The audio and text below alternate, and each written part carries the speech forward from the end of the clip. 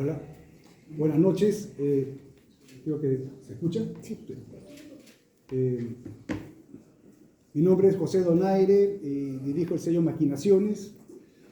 Y en primer lugar quiero agradecer a la Municipalidad de Miraflores por acogernos una vez más. Ya he perdido la cuenta de las veces que ocupamos esta sala y me alegra mucho cuando la sala está repleta, como en esta ocasión. Agradecer su asistencia, su puntualidad. Empezamos un poco tarde, pero todavía sigue llegando público. Pero bueno, disponemos de una hora para pasar una linda velada.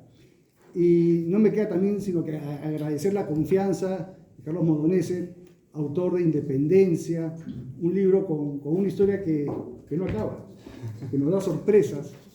Y obviamente a las personas que comentan el libro, a Katy Serrano y a José Luis Torres Vitola.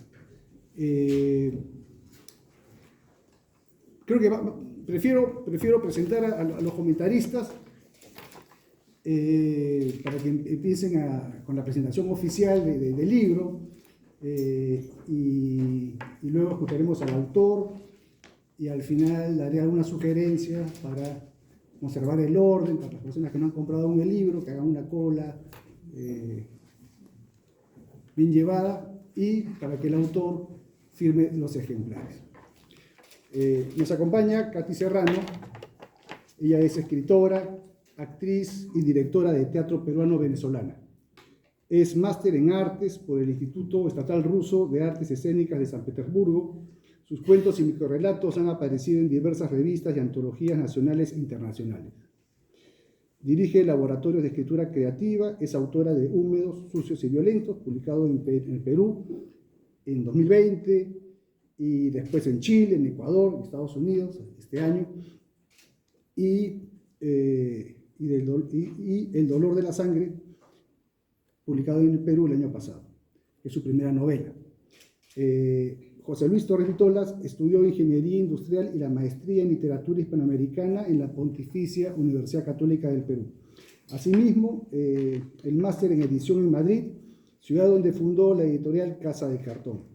Ha publicado Albatros, en España, 2003, que recibió 2 importantes premios. El libro de microrrelatos L, en Suiza, en 2010, 537, en España, 2008, y Colección Héroes y Personajes, en Perú, en 2003.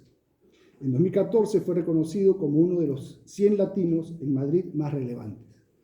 Y dejo la biografía, la biodata del autor para el momento oportuno, a manera de suspenso dramático.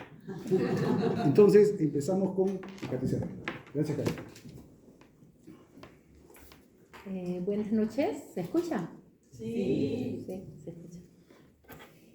Bueno, me dieron un tiempo determinado para comentar este nacimiento del libro y yo pues decidí escribir algo y aquí va. Siempre es motivo de alegría y celebración el nacimiento de un nuevo libro. Es por ello que en primer lugar quiero felicitarte por la salida oficial del libro y agradecerte, querido Carlos Modonese, por invitarme a ser parte de este momento tan importante y especial en la vida de un escritor. He escrito algo y me sucede que siempre que escribo de otro libro parto inevitablemente de una experiencia o visión personal. Es para mí ineludible compenetrarme con lo que leo a tal punto que la lectura me lleva a reflexionar a partir de sensaciones o emociones que surgen de mis propias vivencias. Así que aquí vamos con un pedacito de lo que Independencia, la segunda novela de Carlos Modonese, provocó en mí como lectora. La primera vez que toqué suelo peruano fue en 1988. Venía de Caracas rumbo a Rusia y tuve que hacer una escala de 10 horas en Lima. Tenía 20 años. La historia es muy larga y solo me interesa decir que me salí del aeropuerto gracias a un venerable anciano que estaba encargado del área de las maletas en aquel momento.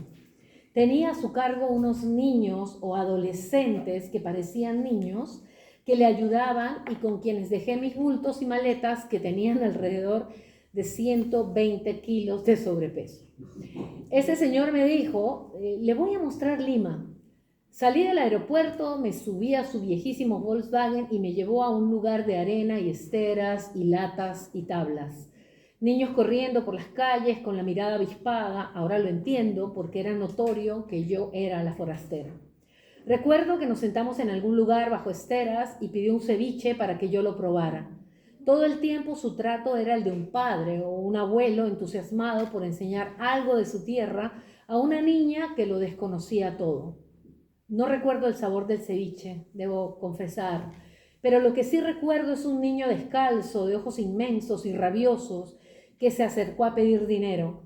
El señor sacó de su bolsillo unos billetes y se los entregó al niño, que después de revisarlos se los tiró de vuelta diciéndole algo así como que esa basura no le serviría de nada. En aquel momento creo que no entendí mucho. Por otro lado, la memoria es cruel y traicionera y va difuminando los recuerdos. Lo que sí recuerdo es que en ese momento me llevé las siguientes ideas. 1. Lima era muy, pero muy pobre, con casas de esteras y suelo arenoso. 2. El dinero no valía nada, a tal punto que un niño que pedía dinero lo había devuelto arrojándolo muy enojado. 3. El señor que me llevó a ver Lima era un ángel. Nunca me sentí asustada ni en peligro, no me sucedió nada malo. Sin embargo, ahora sé que pudo haberme pasado lo peor. 4. Los niños del aeropuerto eran maravillosos, cuidaron mi equipaje y no se extravió nada. Y 5.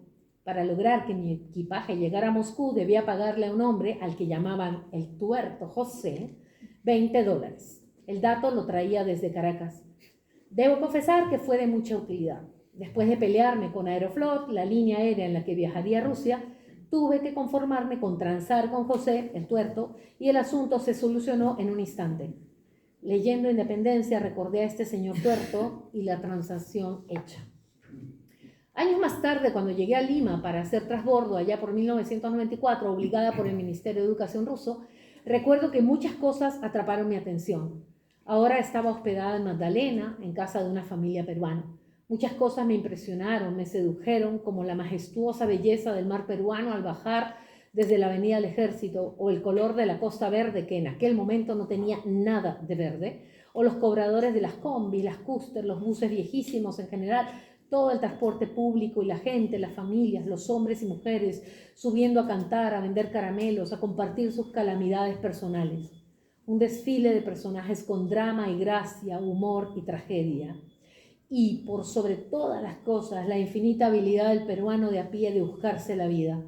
También recuerdo que llamaron y llaman aún mi atención los gallinazos negrísimos, vigilantes del cotidiano limeño, de una mirada que parece atravesar al transeúnte y al mismo tiempo poseedores de una oscura y enigmática presencia, como si en ellos anidara una sabiduría antigua almacenada en esa pequeña cabeza con pico y vestido negro. Les cuento esta historia porque mientras leía Independencia, la nueva novela de Carlos, que hoy nos convoca, estos recuerdos surgieron de mi memoria. Los niños, obligados por sus circunstancias y pobreza a muy pronto estirar la mano en busca de monedas, los gallinazos que vigilantes habitan las alturas de Lima urbana, la pobreza, la necesidad, la frustración que nos rodea, y de la que ya normalizada quitamos la vista en un acto de cotidiana sobrevivencia. En su novela Independencia, Modenesi ensaya la creación de un universo fragmentado, quebrado, atravesado por la necesidad, por la falta de recursos económicos, por la ausencia aparente de afectos reales.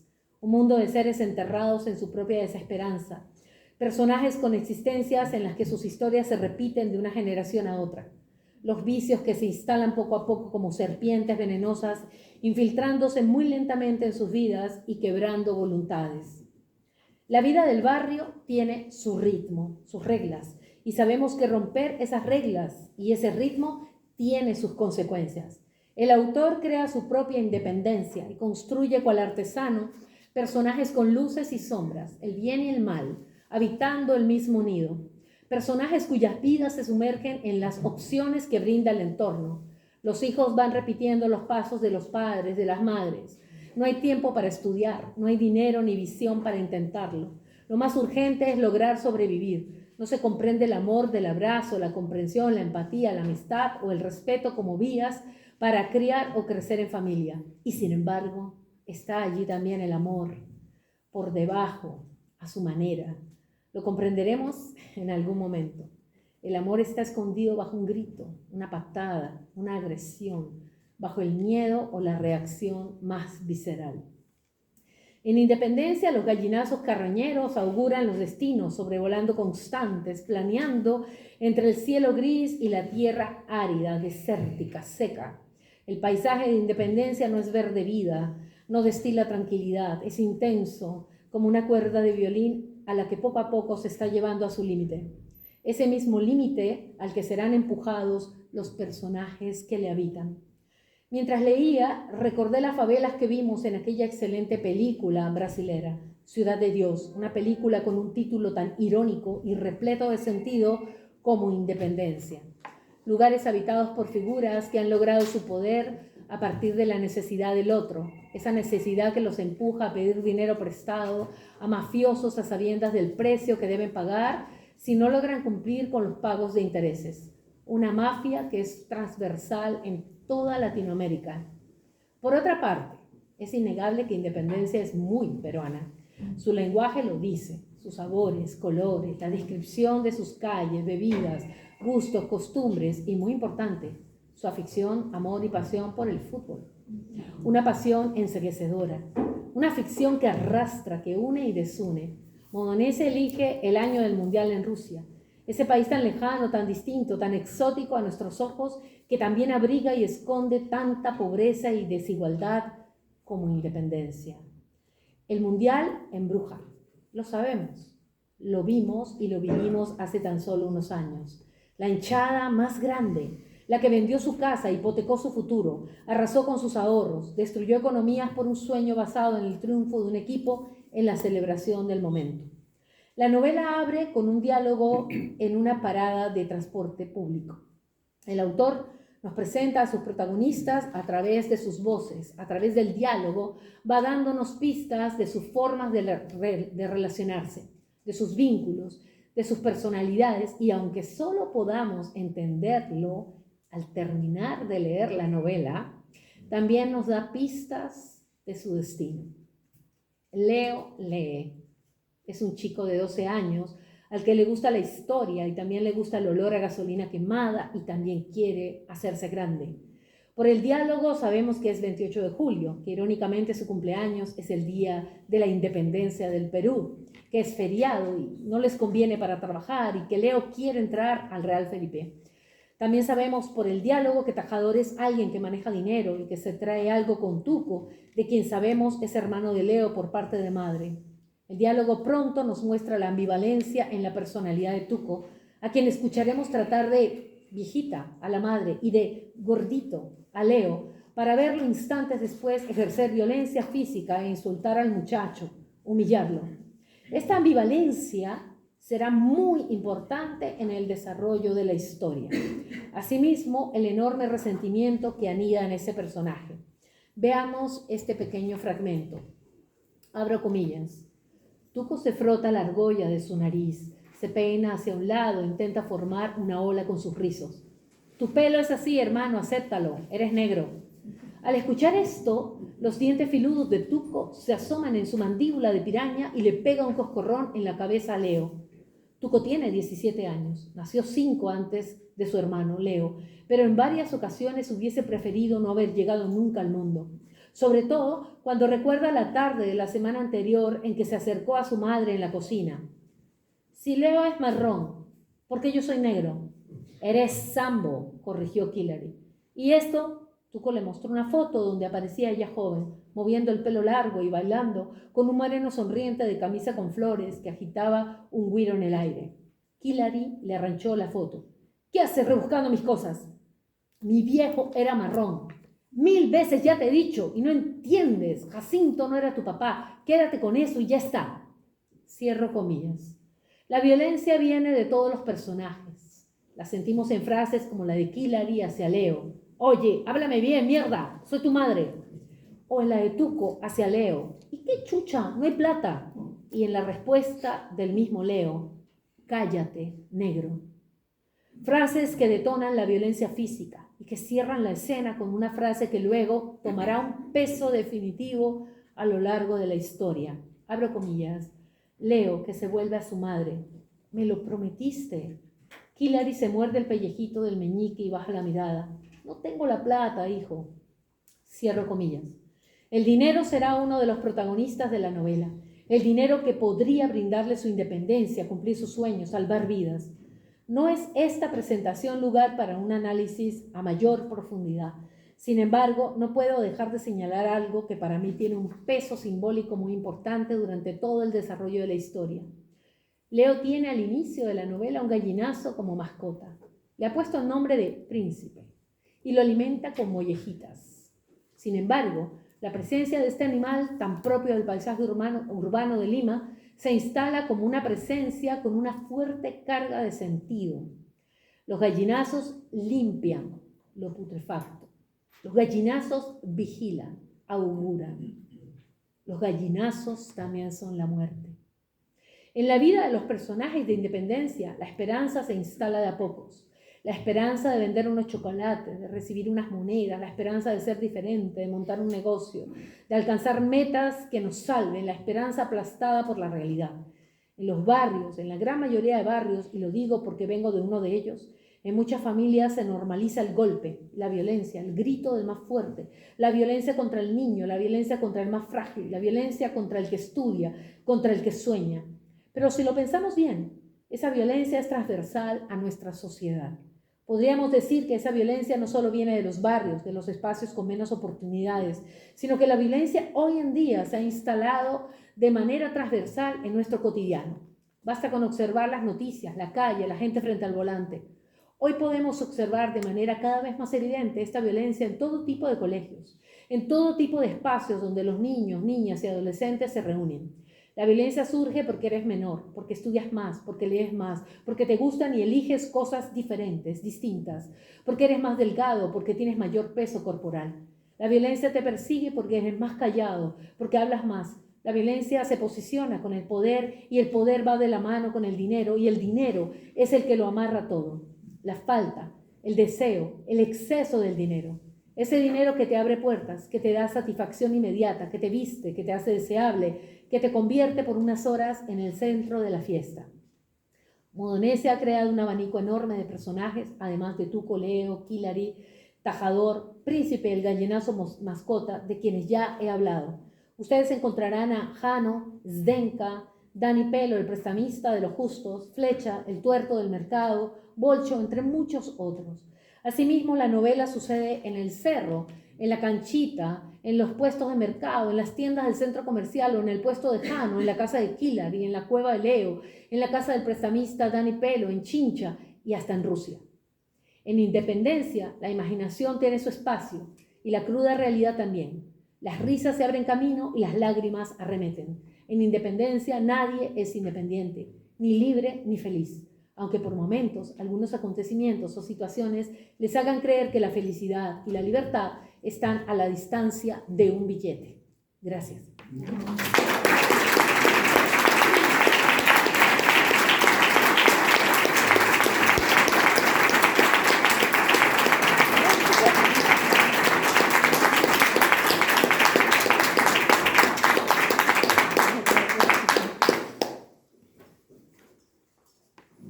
¿Qué puedo decir, Katy?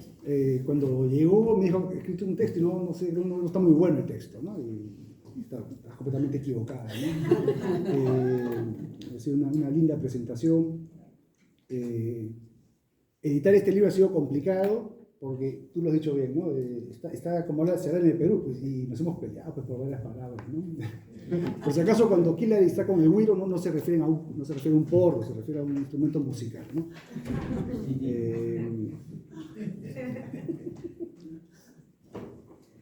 Y hace unos días, creo que fue el domingo, que le escribí a Carlos, Carlos, nos salvamos, le digo, ¿no? Que felizmente que ha sido la presentación el miércoles y no el martes. Dice, ¿por qué? Me dice. Le mando el aviso del partido, ¿no? La verdad es que estaría su mamá y su papá, pues, ¿no? Y el resto, ¿no? Lo hemos hecho. La mamá. Y eso, mirando el partido, ¿no? Bien, y habrá tiempo para chismear otras cosas. Con ustedes, José Luis Torres Vitolas.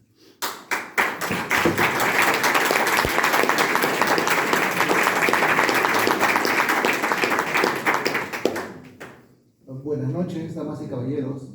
Con el debido respeto que todos ustedes se merecen, creo que conocen este inicio de palabras, ¿no? Nos lleva a una época, a un lugar, a un momento de su historia cuando algunos subíamos a microbuses o a esos aparatos largos que se caían, que llamábamos nuestro transporte público, que el público tenía mucho y de servicio ninguno.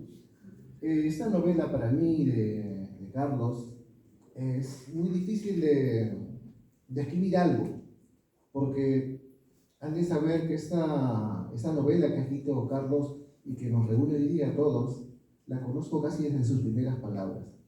A Carlos lo conocía ya por Madrid en 2011, 12, por ahí, a la salida de una librería, y nos unió rápidamente el hecho de tener casi un pasado común. Ambos veníamos del mundo de las finanzas, y mi caso un poco la ingeniería industrial, como dijo Pepe, y él venía del mundo de la banca, de las finanzas también, y ambos habíamos desechado todo por encontrar un futuro, un anhelo, una esperanza en ese mundo que solo te ofrece pobreza, que es escribir. Y él era feliz, pues, escribiendo. Igual me pasaba a mí. Y eso nos unió, nos empató, y a veces en ocasiones muy noche, muy pesadas para ambos, nos sentábamos a discutir muy concienzudamente sobre cuántas horas ganará el día para poder hacer algo y escribir un poquito, o si ya los chicos se durmieron, o qué infusión darle a los pequeños para que duerman pronto y poder trabajar. Yo le recetaba algunas que usaba con mis hijos y que no caían, ¿no? O si no, en las mañanas, a veces hablamos a las 6 de la mañana, ¿ya salieron tus hijos al cole? No, todavía no, estoy en fusión, papá. Toca escribir en qué rato, ¿no? Esos momentos de ruptura de una vida con otra, porque hay que ganarse el pan siempre y la literatura no nos da para el pan, ni siquiera para la mantequilla. Entonces, sacar un libro como este, en el que ha dedicado mucho tiempo de trabajo, y le insisto, a mí me da mucha alegría estar aquí. Yo le dije a Carlos, ¿sabes qué? Invita a alguien que sea más conocido, no me quito careta como yo, que no conoce a Dios, pero él por amistad insistió, José Luis, tienes que estar ahí, tienes que estar ahí, y bueno, aquí me tienen. Y quiero hacerles notar algo, y es importante cuando lo compren, y espero que todos compren 4, 5 o 10, todos amigos conocidos, porque este libro habla de independencia, y de independencia no solo por el lugar, es un lugar de Lima que quizás pocos conocen o se han adentrado muy pocos todavía. No solo la independencia del país, sino la independencia personal, la independencia que creemos, solo es posible a raíz de la fraternidad. Y eso solo se descubre viajando a través del libro. Cada chico o chica o madre o amigos o hasta los mafiosos que aparecen ahí, de alguna u otra manera buscan salir adelante. Violentamente casi todos. Tratan de buscar su ruta. Todos buscan esa independencia, todos la buscamos. Tenemos cuántos años de independencia y miren, no seguimos siendo independientes nunca, ¿no? Incluso emocionalmente siempre tenemos una dependencia. Entonces, este libro de Carlos, más que nunca es importante leerlo ahora, porque nos traza muchas preguntas, más que respuestas, preguntas, que debemos plantearnos constantemente, porque ¿qué significa realmente esta independencia que celebramos en el 2021, esos 200 años? ¿No? ¿Qué significa que nosotros nos hayamos independizado de casa de nuestros padres? ¿Esta independencia a dónde nos lleva? ¿Y cómo la conseguimos? Otra cosa que es importante y me parece fundamental, que espero aprecien en el libro, es el lugar donde plasma Carlos la historia de independencia. Una cosa que también nos unió bastante es que Carlos relata todo lo que sucede en un lugar, como te dije, que se llama Independencia, pero que muy poca gente conoce y que está cerca de mi barrio. Yo viví en Comas durante mucho tiempo, y obviamente tenemos orígenes, Carlos y yo, diferentes, Y yo viví, mi abuelo vivía casi en la frontera de Lima, donde se acababa Lima y era todo tierras y piedras. Trabajé un tiempo en la zona de Hierbateros, por la carretera central, donde arriba del todo la gente hablaba quechua en el 2000, no hablaban español, y tenían las vistas más hermosas de Lima, donde robaban a todo el que se metiese, ¿no? Y cuando Carlos me empezó a comentar que iba a enfocar su mirada en este tema, le dije, ten cuidado porque este tema no lo conoces porque ese territorio te es ajeno.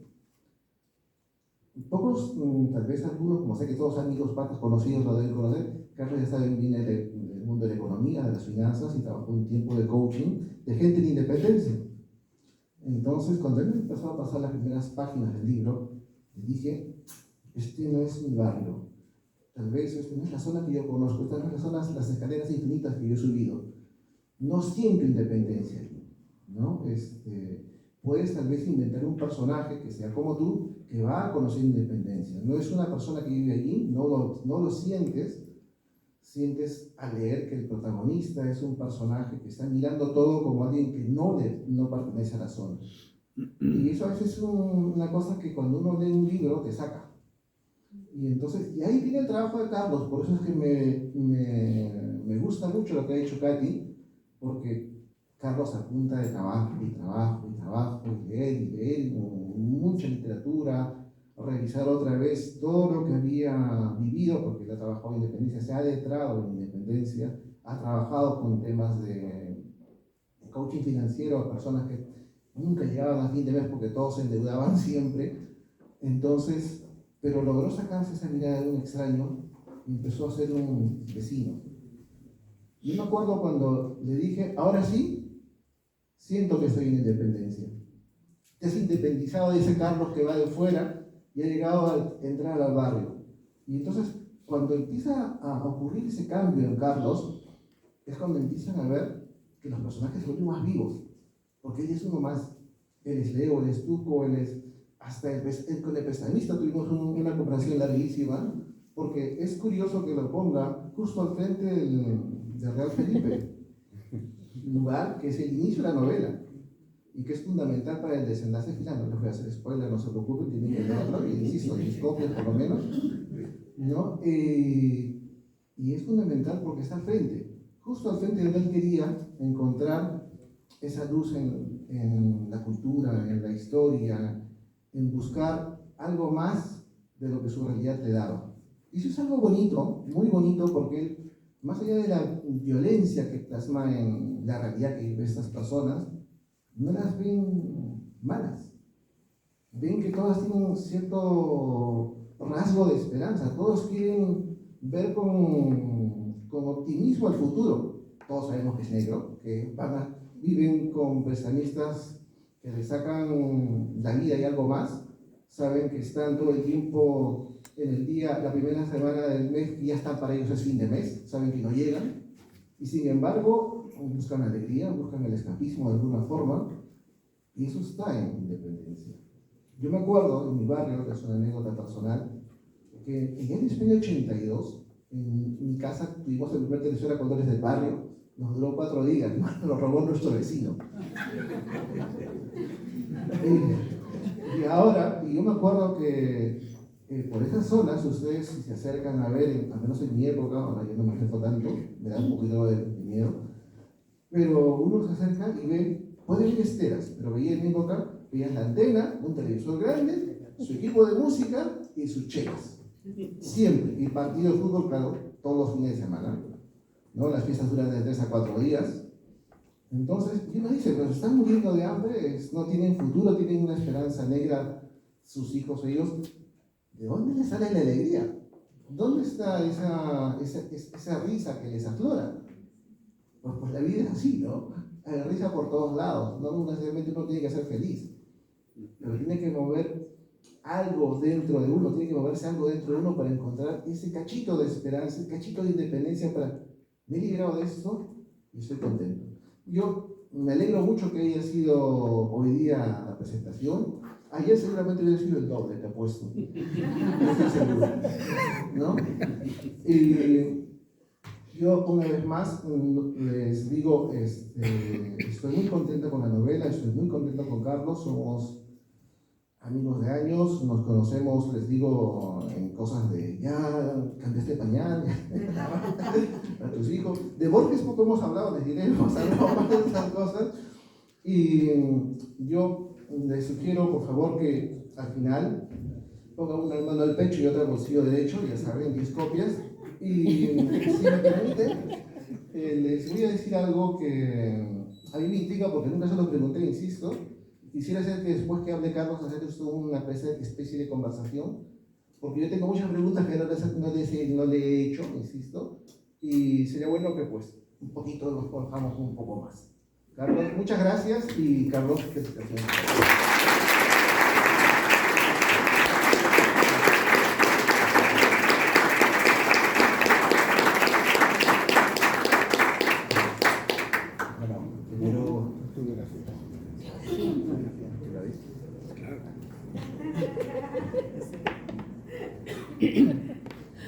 Carlos Modonese, perdón, José Luis. Es increíble cómo las palabras, no sé si se han puesto de acuerdo, ¿no? Si hay un guión, no lo sé, pero cómo se han complementado los discursos, ¿no? El de Katy con el tuyo. Es la otra cara de la moneda. Y esos códigos, felizmente que has estado ahí, ¿no? Porque imagínate, queda una novela, digamos, que no reflejaba, ¿no? O sea, el copé jamás se hubiese llegado, ¿no? Muchas gracias, José Luis, por tu comentario.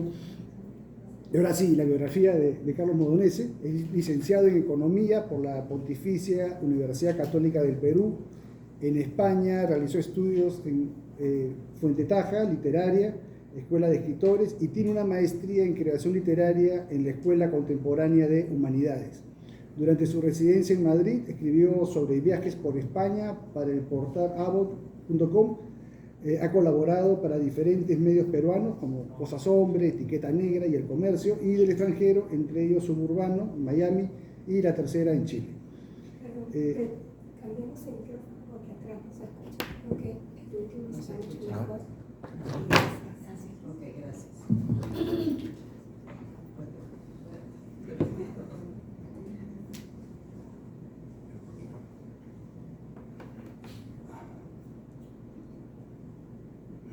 Escribió un relato que fue escogido, un relato sobre la clasificación peruana al Mundial de Rusia, y lo convirtió en el documental Perú 36 años después, que se emitió en más de 40 países.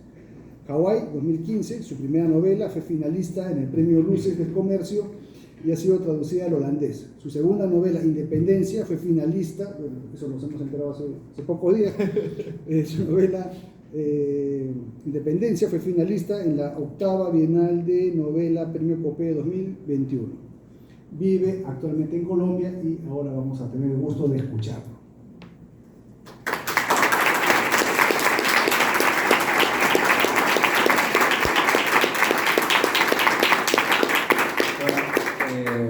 Muchas gracias a todos por venir, por darse un espacio en su agenda y venir un día de semana a compartir un espacio especial, un espacio literario, un espacio que es como un parto, ¿no? Como el momento en que una obra con tantas horas en soledad por fin sale a la luz, ¿no? Gracias, Katy, por tu escrito tan inspirador, tan apasionado.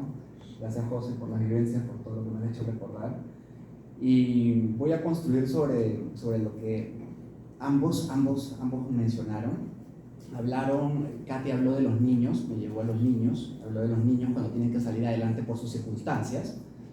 Y José habló de este periodo de coaching financiero, y luego voy a hablar de ese periodo cuando me diste palo y con la novela me mandó a leer. Un año estuve leyendo todo lo que me mandó a leer, pero me hizo tan bien. Es tan saludable cuando tienes amigos que te dicen las cosas en la cara, ¿no? Cuando uno escribe, cuando uno va a empezar a escribir algo, escribe porque hay una razón, porque hay un espacio que te abre una herida en la piel, se produce un fogonazo y tú dices, acá tengo que escribir de esto, ¿no? Y yo le llamo eso el núcleo poético, ¿no? no poético de poesía como género, hablo de poético que viene de poesía, que es del término poiesis griego, que quiere decir creación. Ese núcleo creativo de algo que te atrapa surgió en el año 2016 cuando Paula, mi esposa que está acá, y yo entramos a un proyecto de coaching financiero. Paula se iba en combi al Callao y yo me iba a Independencia. Paula me decía, oye, ¿cómo corren esos bucecitos, no? Porque se metían así por la calle, por circuito, me decía. Y siempre estuvimos ella yendo al Callao 5 meses y yo 5 meses a Independencia. Llegaba en el Metropolitano, bajaba en Tomás Valle y tenía mis sesiones de coaching financiero con estos operarios, que eran operarios de un operador logístico del Callao, que se llama DP World, que presta servicios logísticos a navieras, reciben los containers. Y un gringo, Jonathan Rawlings, neoyorquino, es el que lideraba este proyecto de coaching financiero. Él era, digamos, el líder de esta ONG que se llamaba IPA, Innovation for Poverty Actions, que era una ONG que creía que los países podrían salir de la pobreza a punta de proyectos financieros. Ese era su propósito. Para salir de la pobreza hay que educar financiera a la gente, hay que educar a la gente a hacer finanzas, ¿no? ¿Qué tanto álgebra, qué tanto ángulo coseno, seno, si no sabes sumar ni restar, sin ver si hay plata o no para ahorrar, ¿no? Entonces él se casó con una costarricense que lo llevó a hacer un proyecto social a Costa Rica y quedó impactado con las condiciones en que vivía la gente. Dijo, yo no me voy a ir a Wall Street, yo voy a dedicar mis finanzas a hacer que la gente salga adelante a punta de conocer las finanzas. Entonces él se presentó a DP World y le dijo al CEO de DP World, mira, yo quiero hacerle coaching financiero a toda tu planilla, a toda, no te va a costar un peso. Ah, perfecto, listo. Entonces quiero ver cómo impacta, si las personas logran salir de sus deudas o no. Entonces ahí empecé a conocer personas que tenían sueldos de 1.500 soles, 2.000 soles, pero que tenían deudas por 50.000, 60.000 soles. Y a mí eso me atrapó. Yo cuando vi que estas personas estaban endeudadas y que no podían dejar de endeudarse, es decir, ya no podían prestarse de los bancos porque los bancos los tenían en rojo, se prestaban de gota a gota, porque no podían dejar de salir a comer pollo a la brasa 4 veces por semana. Tenían 3 líneas de celular, tenían la tarjeta O, la A, la P, la O, o sea, todas, y seguían pasándolas. Entonces, la verdad, a mí me impactó. En ese momento, yo le dije a Fieta Jarque, que era una amiga escritora, le dije, Fieta, yo estoy escribiendo otra cosa, pero siento que tengo que escribir esto. Y me dijo, Carlos, uno tiene que escribir cuando la piel le está quemando. Es la única forma, y a mí me estaba quemando. Y ahí ese núcleo poético, consciente, dije, yo tengo que ayudar a esta gente a que salga de sus deudas.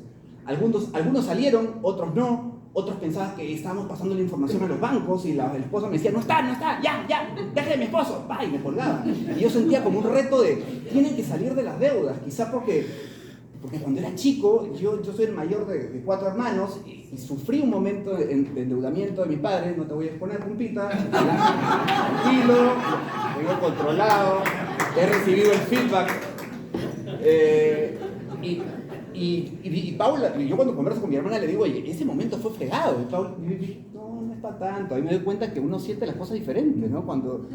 Entonces, yo sentí eso, mi papá las pagó las deudas. Y ese momento en que el fundo del molino, que es la chacra de mi viejo, que se la quitan, para mí fue dolorosísimo, porque era el trabajo de mi padre de toda la vida y sentí como ese momento cuando uno siente la arena movediza, ¿no? A nivel económico. Y yo tenía como un compromiso de que esta gente salga de sus deudas. Y dije, tienen que salir de sus deudas, y los buscaba, Ese era el núcleo poético consciente. Y un lunes nos reuníamos con Jonathan, todos los lunes los coaches éramos 8, y de pronto un día nos juntamos con él y una coach estaba llorando. ¿Y estaba? Y todos me dijeron, recién está empezando la reunión, y le preguntaron, ¿por qué estás llorando? No, porque mataron a uno de mis coaches. ¿Mataron a uno de tus coaches? Sí, ¿cómo? Sí, un ajuste de cuentas. No le pagaron al gota a gota, el gota a gota seguro derivó esto a un sicario, quién sabe, y pum, murió. Pero eso fue tan potente que yo dije, acá hay algo, yo quiero escribir de esto. Y para mí ese núcleo poético consciente es ese Leo de 12 años, como decía Katy, tiene que sobrevivir. para poder ser historiador. Él tenía una vocación de ser historiador, pero si no tiene papá, es pobre, ¿cómo va a ser historiador? Tiene que producir. Empieza a migrar de trabajo en trabajo en el mercado y entra al mundo del prestamismo, pero como una persona que quiere ayudar a salir de las deudas a la gente. Mientras que su hermano mayor, Tuco, se mete al tema del prestamismo, pero para extorsionar, porque él quería salir de la pobreza a toda costa, y si eso implica extorsionar, pues tal. Estos dos mundos se encuentran ahí, y ese era el núcleo poético consciente, pero el núcleo poético inconsciente, y eso es lo lindo de escribir, bueno, en mi caso, cuando escribo novela, y eso toma tiempo, mejor dicho, vas conociendo, los personajes van tomando forma, y de pronto lo lindo es que de pronto se revela algo, otro fogonazo, y es ese núcleo poético inconsciente. ¿Qué es lo que quiero decir con la novela realmente? ¿Quiero decir eso de que voy a ayudar a la gente a salir de sus deudas? No, cuando uno escribe de pronto se revelan cosas, pero eso parece escribiendo. Y de pronto yo me juntaba con Paula a hablar de nuestros coaches, y yo decía, yo no puedo creer que esta gente no salga de sus deudas, que no puedan dejar de ir a comer pollo a la brasa 3 veces por semana y cocinen en su casa, y los juzgaba y los criticaba, porque algunos salían, algunos decían, oye, ¿cuántas veces has salido a comer pollo a la brasa? Y decían, 1. Bien, ya no han salido 4. ¿Cómo te sientes? Mal, Carlos, mal. ¿Pero por qué te sientes mal? No puedo gastar. Y yo cuando vi esa actitud decía, miércoles, qué fuerte ver como esa compulsión o esa cosa que les da poder, y porque yo vivo en una casa de 3 pisos y mi mamá me dio el segundo piso y yo la quiero llevar a comer, y la esposa estaba con la hijita, porque a veces iban a las sesiones de coaching y iba con su esposa, que le decía, ya ves, ellos no son tu familia, yo soy tu familia, y delante mío le decía, deja de invitar a tu papá y a tu hermano borracho, déjalo ya, nosotros somos tu familia. Entonces yo sentía que no podían salir de esos hábitos compulsivos, y los criticaba y los juzgaba y le decía, Paula, pero al mismo tiempo, ese fogonazo inconsciente fue que de pronto yo descubrí que también estaba sujeto o estaba obsesionado con otra sustancia, con el alcohol. Cuando escribí Independencia, de pronto en el año 2017, 2018, descubrí que yo también estaba atado a la bebida, y que yo los juzgaba a ellos por tener unos hábitos compulsivos, por comer más de la cuenta, por comer su chancay con Coca-Cola todos los días, y yo estaba con la bebida, pero cogido, y no quería salir. Estaba totalmente en negación de que estaba en alcohólico. Y esto no es una crítica para los que trabajan en Sam Miller, o sea, no, era un tema mío, pero ese fue el fogonazo que yo vi, y por eso que dije, Leo tiene que ser alguien que ayuda, que quiere ayudar, pero también tiene que ser una persona que de pronto está atado por el alcohol. Y cuando tú aconsejas a alguien que deje sus hábitos compulsivos y eres alcohólico, pues no eres creíble.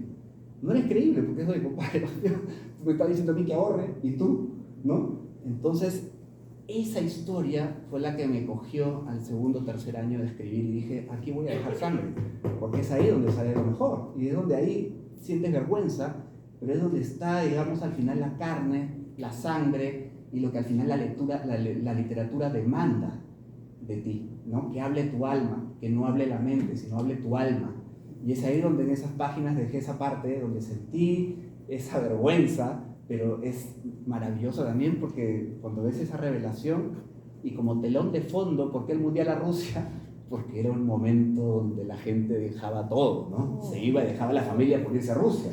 No me importa el trabajo, no me importan mis hijos, no me importa, por un lado el tema positivo de ir al Mundial después de 36 años, qué felicidad, vamos Perú, pero por otro lado el lado negro era de, ¿vale la pena dejar a la familia? ¿Vale la pena dejar tu trabajo? ¿Vale la pena prestarse de gota a gota para irse al Mundial? Entonces el Mundial de Fútbol me sirvió como un telón de fondo para justamente justificar ese exceso de préstamos, ese exceso de esa demanda por querer tener, ¿sí?, esa ilusión, ¿no?, de ir al Mundial como algo, pues, supuestamente lo aspiracional, ¿no?, en la vida, ¿no? Entonces, quería complementar lo que ya dijeron Katy y José Luis.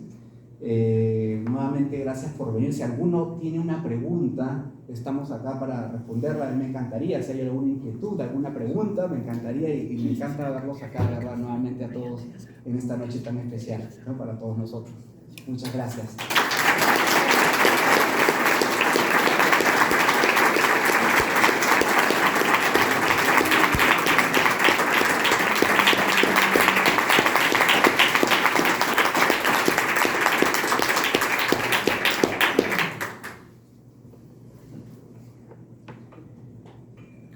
Carlos,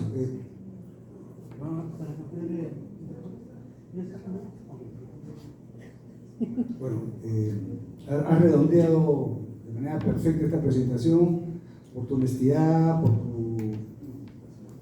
esa manera tan natural de decir las cosas y decirlas bonitas y que calen, ¿no? Ahora ya entiendo a Nietzsche israelita, por ejemplo, ¿no? Que dejó su esposa, y bueno, cayó en manos de una rusa, lo recuerdo. Y bueno, esta historia continúa, ¿no? Continúa ahora, habrá preguntas del público, espero, ojalá que haya tiempo. ¿Cómo estamos? Sí, tenemos tiempo. Y anunciar 3 cosas, ¿no? Bueno, que el libro está a la venta, está por 25 soles, se puede pagar en efectivo, tarjeta o yape. Carlos este viernes va a estar en el Banco de la Nación hablando de los préstamos gota a gota con un policía y un experto en consumo, ¿no? Entonces eso es interesante, ¿no? Digamos, su novela pinta muy bien una situación, digamos, como que se está repitiendo un ciclo, ¿no? El fútbol, ¿no? Los préstamos, entonces es un buen momento para la relectura de ese momento que se vivió hace 4 años y además el próximo año, 2024, que va a ser un año muy futbolero, digamos como que también tiene que ver con la independencia final, no solo del Perú, sino de, bueno, en realidad no fue una independencia, ¿no? Pero se le llama así en términos históricos, ¿no? Pero fue un cambio de bando en realidad. Pero bueno, tiene que ver con Ayacucho, con Junín, con Ayacucho, y es un momento oportuno para recordar estos hechos históricos, ¿no? Y bueno, entonces la venta del libro, este viernes, esta actividad en el Banco de la Nación, y el 21 en Chincha, ¿no? ¿Por qué? Porque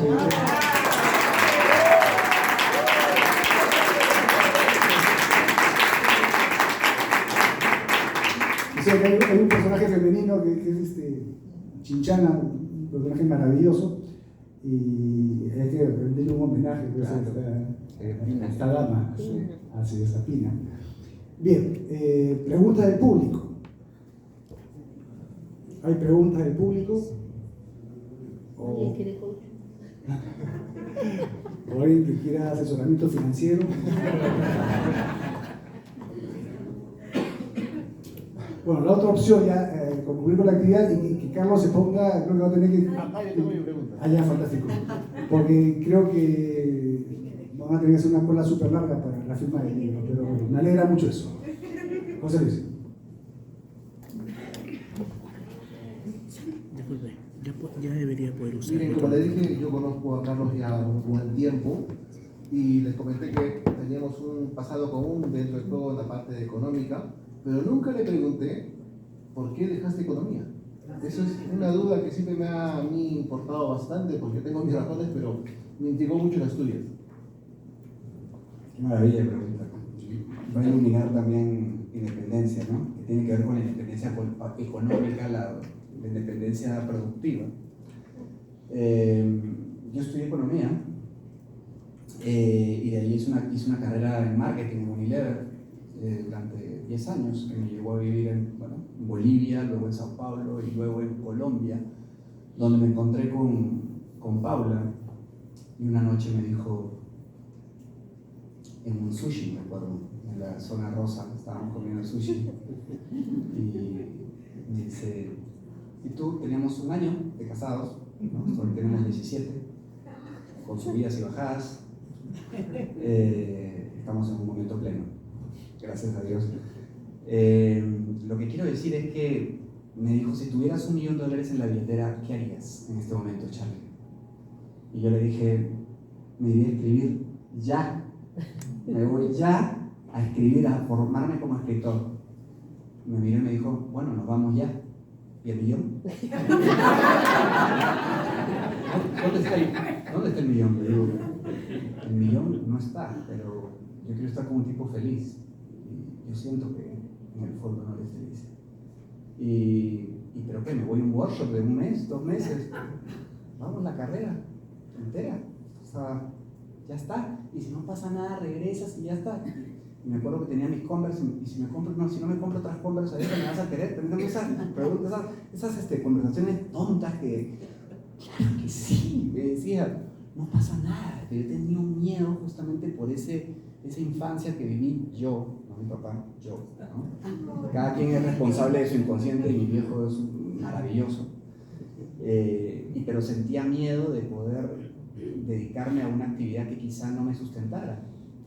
Entonces, por eso es que Leo es el que quiere tiene la vocación de historia, de alguna manera mi alter ego, pero que tiene que primero independizarse a nivel de económica, tiene que lograr trabajar y para pagar las cuentas, para pagar la renta, porque no vivimos en un cerro, no vivimos, digamos, en una isla donde no hay que pagar las cuentas. Entonces, en ese momento, cuando yo siento el apoyo de Paula y me dice, vamos, y ahí empezó a diluirse poco a poco el miedo y también un poco a soltar estos condicionamientos sociales de que tienes que ser así, guasá, ¿no?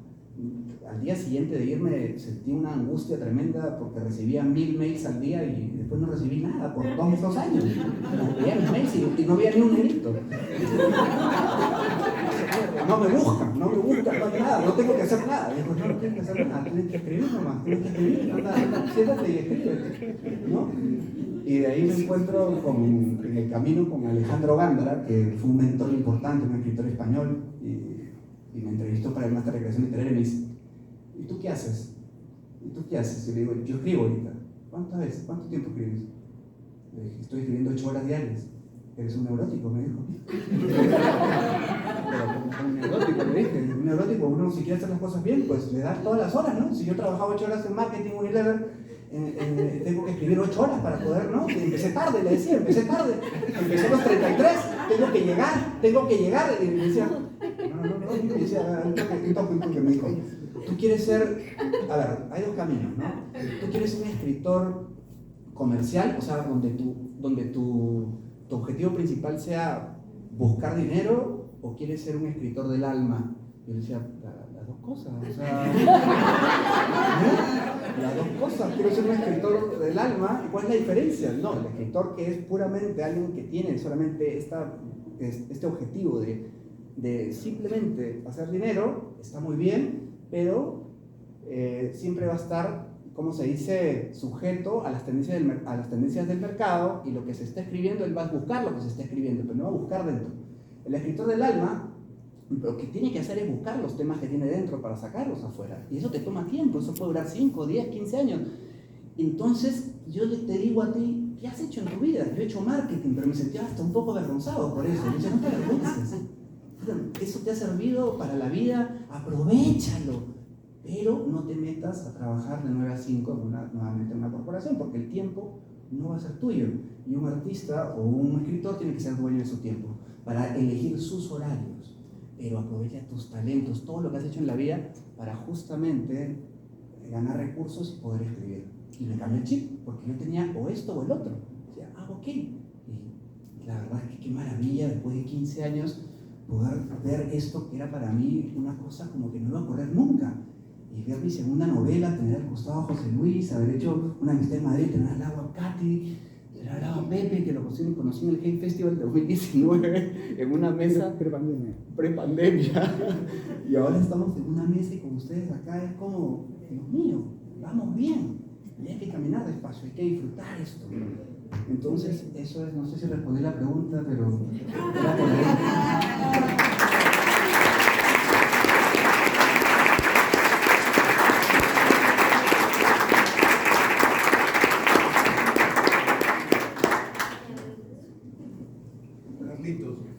Una pregunta. Dale, Lucho. A ti y a tus 2 colegas desde el comienzo han tocado temas diferentes donde han señalado varios personajes. Y la verdad no te iba a hacer la pregunta, pero como has intervenido y nuevamente tocas este personaje, me intriga. Aún no he leído la novela, pero quería preguntarte, ¿Leo es tu reflejo? A ver,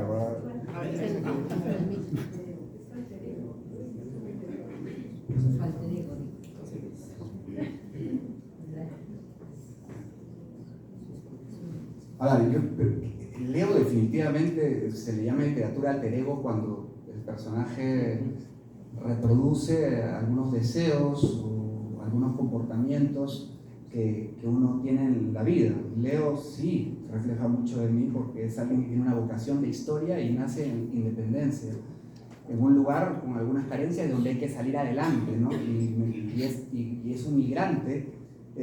Yo nací en Lima, pero crecí en Chincha. De alguna manera, al venir a Lima soy un migrante también, y a mí me une este hecho de hay que salir adelante para poder lograr lo que tú quieres, y cuando hablo de salir adelante hablo de pagarte tus cuentas, ser autónomo económicamente. Entonces sí me representa por esa autonomía económica que busca para lograr de alguna manera financiar su sueño de historiador, y también me representa porque él cae en el mundo del alcohol, ¿sí? Sin querer, se mete ahí por simplemente empezar a beber como mono, como se dice en las fiestas, y de pronto descubre en la bebida una anestesia, un lubricante social, porque es un poquito rígido, y esto lo relaja y lo hace, ¿no? Hace que sus emociones fluyan, como yo, que encontraba en el alcohol un medio para poder expresar mis emociones, porque me avergonzaba de expresarlas en un contexto no alcohólico, que ya no pasa, no bebo hace 5 años, y hoy puedo sentirme orgulloso de decirte, por ejemplo, a ti, Luchito, te quiero, y gracias por venir, pero antes te lo tenía que decir con alcohol, y ahora ya no. Entonces ya me independicé, ya no soy esclavo de la bebida, de un impulso que me rebasaba.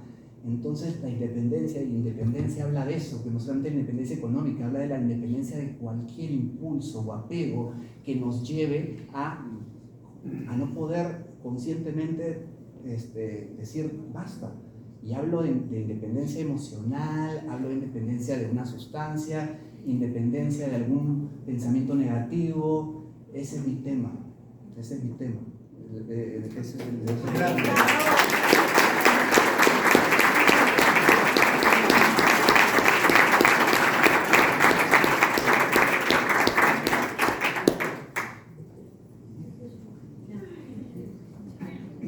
Tío Juan, a ver, mami.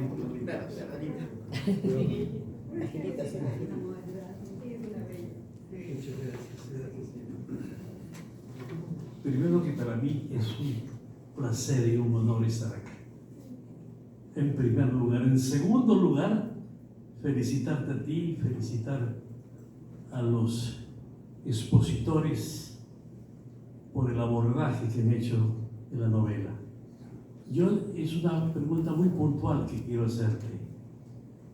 Primero quiero decir que tuve yo el honor de ser el presentador de tu anterior novela, Hawái, que la recuerdo perfectamente, hasta con lujo de detalles y hasta pasajes, y en ese entonces te dije que para mí Hawái era como un espacio suspendido en el aire y en el tiempo, es decir, una suerte de Comala, una suerte de Macondo o Yurta Patajao de William Faulkner. Ahora yo te hago una pregunta que es muy puntual. ¿Qué autores han influenciado en tu obra?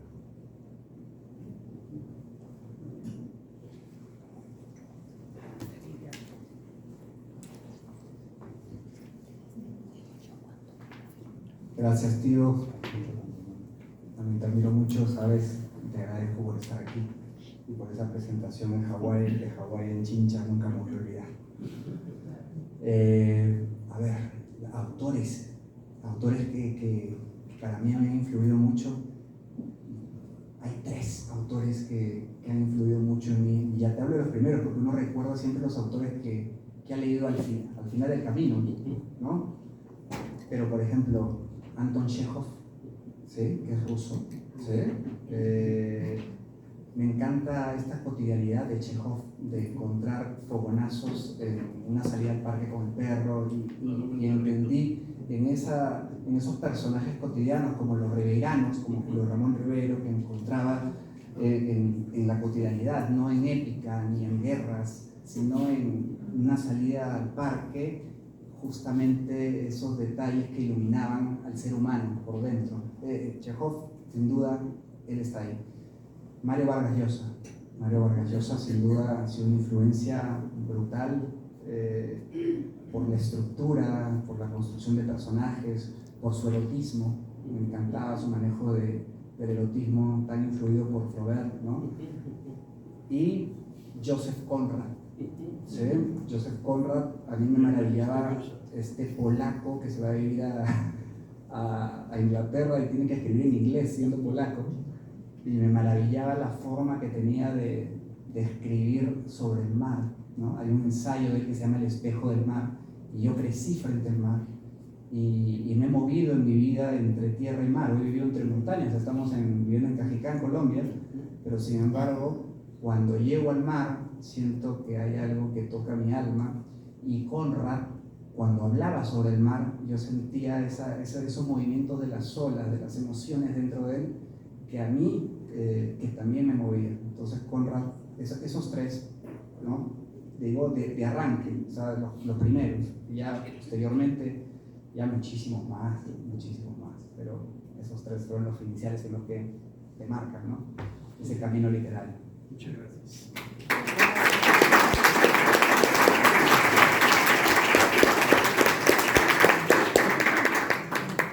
Bien, seguramente van a quedar más preguntas, pero digamos, tenemos autorización para hacer uso de la sala hasta las 8 de la noche, nos quedan 5 minutos. Cerramos la actividad. Carlos va a estar firmando libros fuera de la sala, hay un espacio adecuado para ello. Quienes aún no han adquirido una cola o nada. Y bueno, hasta una próxima oportunidad. Nos vemos en Chincha el 21.